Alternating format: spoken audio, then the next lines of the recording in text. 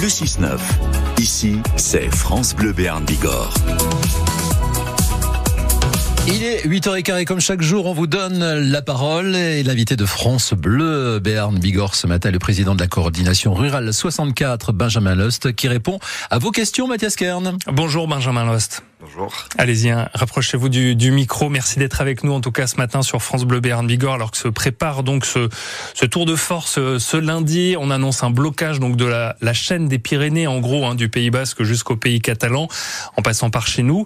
Point de blocage en Béarn. L'idée, c'est que personne ne franchisse la frontière dans ces points de blocage lundi ? Tout à fait. L'idée est qu'il n'y ait aucun échange international entre les deux pays. C'est un mouvement pour faire force à l'Europe, en fait, pour montrer qu'on est là et qu'on est mécontent de cette Europe. Le milieu agricole est énormément touché aujourd'hui et on ne peut pas le laisser comme ça, quoi. C'est un message notamment aux candidats à cette élection européenne et ce scrutin qui arrive le 9 juin prochain en France ? Tout à fait. Vous attendez quoi des candidats ? On attend que le gouvernement et l'Europe se réveillent. Aujourd'hui, avec les normes et les taxes que l'on a, le milieu agricole ne peut plus travailler. On a beaucoup entendu vos revendications en début d'année. Vous avez l'impression que le gouvernement, justement, n'a pas répondu à vos attentes ? Absolument pas. On nous promet des choses, des pacotilles. Quand on voit le prêt de l'État où, soi-disant, on nous aide pour faire des prêts trésorerie, si vous prenez le montant de la somme attribuée, sur les sommes cautionnées donc par la BPI, ça représente 20 000 dossiers. 20 000 dossiers sur le nombre d'agriculteurs qu'on est en France. Donc aujourd'hui, à vos yeux, vraiment, le compte n'y est pas ? Le compte n'y est pas du tout. Il faut ce coup de force, on peut le dire comme ça, ce lundi pour se faire entendre ? Mais c'est pas un coup de force, là. C'est juste un appel qu'on fait. Si on nous écoute pas ce coup-ci, quand on va être au calme cet été, parce que là, on est en pleine saison. Ça sera différent. Là, vous attendez 3000 agriculteurs sur ces points de blocage, autant espagnols que français. C'est inédit, ça aussi, de réunir les deux pays comme cela ? C'est inédit, oui. Ça a été le travail de deux agriculteurs d'ici. Donc un qui se prénomme Jean-Pierre et un autre Thierry. Ça fait depuis le mois de mars, depuis le début des manifestations, qui travaillent avec l'Espagne afin de pouvoir mettre en place ce mouvement, mais pas que. Il y a un mouvement aussi au niveau du national de la coordination rurale qui a été mis en place et qui va être le 4 juin. C'est-à-dire qu'un président donc syndical de la coordination rurale a mis en place un blocage à Bruxelles où il y a plus de 13 000 agriculteurs qui montent pour bloquer Bruxelles le 4 avec 13 pays européens. Parce que finalement, là, vous le disiez, la question européenne, l'enjeu est européen, on l'entend bien dans vos propos. Les Espagnols, ils sont sur la même ligne que vous, notamment par exemple sur les taxes pour le gazole non routier. On sait qu'en Espagne, l'essence coûte un peu moins cher, c'est le cas aussi, on imagine, pour les agriculteurs. Tout à fait. L'avantage qu'ils ont eu, les Espagnols comparé à nous, c'est que l'Espagne a demandé à l'Europe une détaxation du GNR, chose que notre gouvernement ne fait pas. Alors pourquoi eux, pas nous ? Je pense que notre gouvernement n'a pas envie d'intervenir à ce sujet-là. C'est d'autant plus rageant quand vous voyez que les Espagnols ont obtenu des avancées sur ce point-là. Tout à précisément. Fait. Parce que nous, ce qui nous fait peur sur le GNR, c'est pour ça qu'on insiste à avoir un GNR détaxé avec un plafond à 1 euro TTC, c'est que on sait très bien que les Allemands aujourd'hui le payent 1,80 €.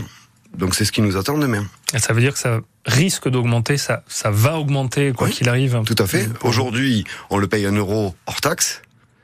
Il y a 3 ans de ça, on le payait 480 € hors taxe.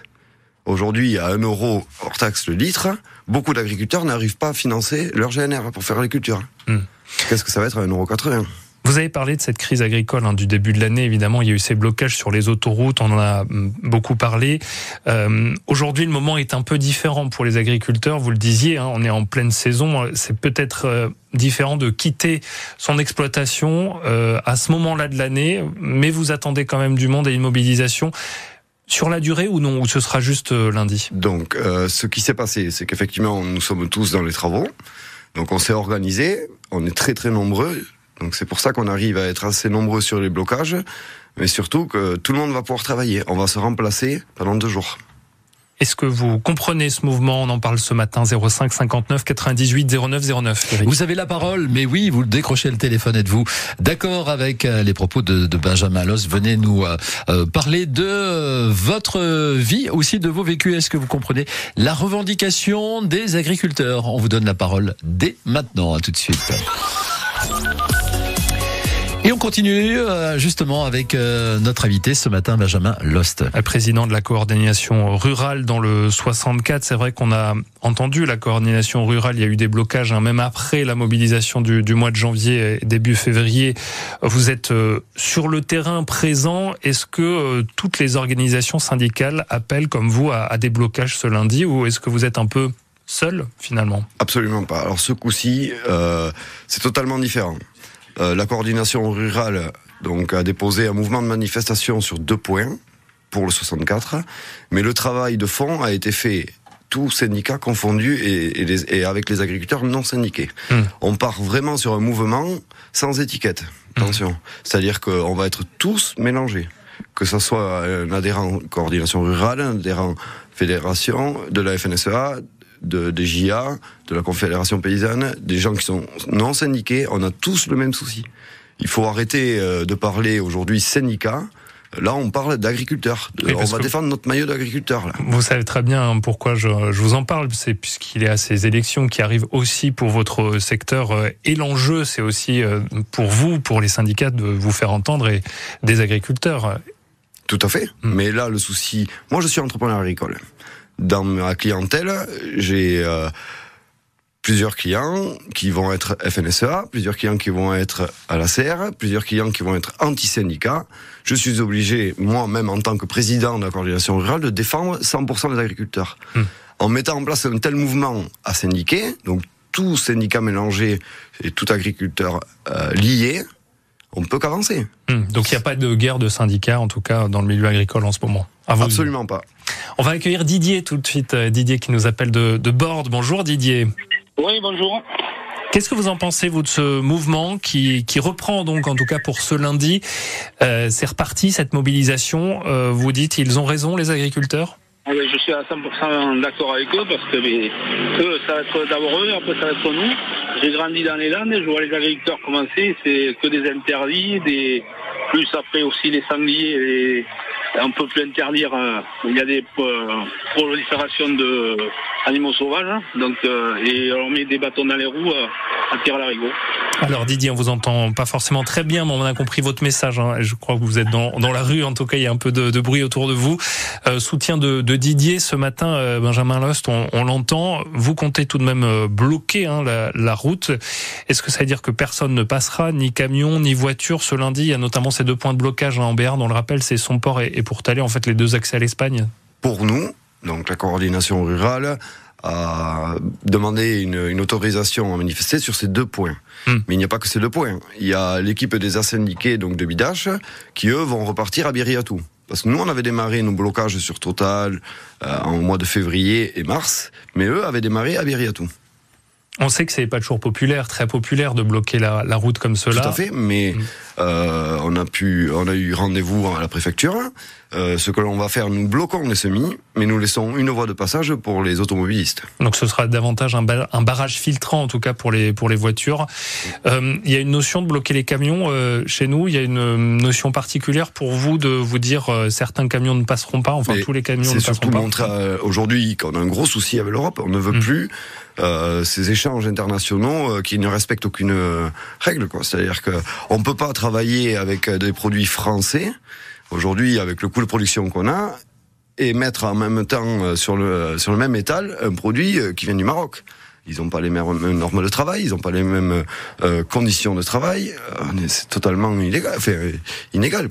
L'Europe, un dernier mot peut-être là-dessus, sur cette PAC, on en a beaucoup parlé, c'est vrai que c'est un gros poste de dépense pour l'Union européenne, qui a dépensé un tiers de son budget, je crois, l'année dernière pour l'agriculture.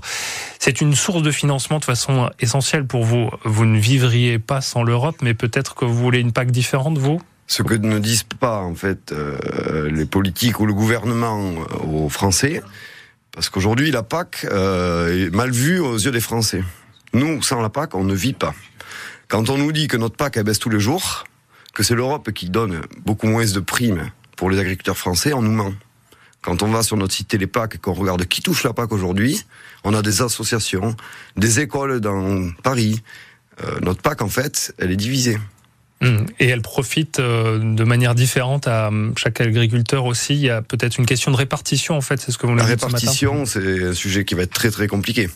Forcément, un éleveur qui a une 30aine d'hectares, même s'il a des primes sur les vaches à la tête, touchera beaucoup moins de primes PAC qu'un gros céréalier du centre de la France.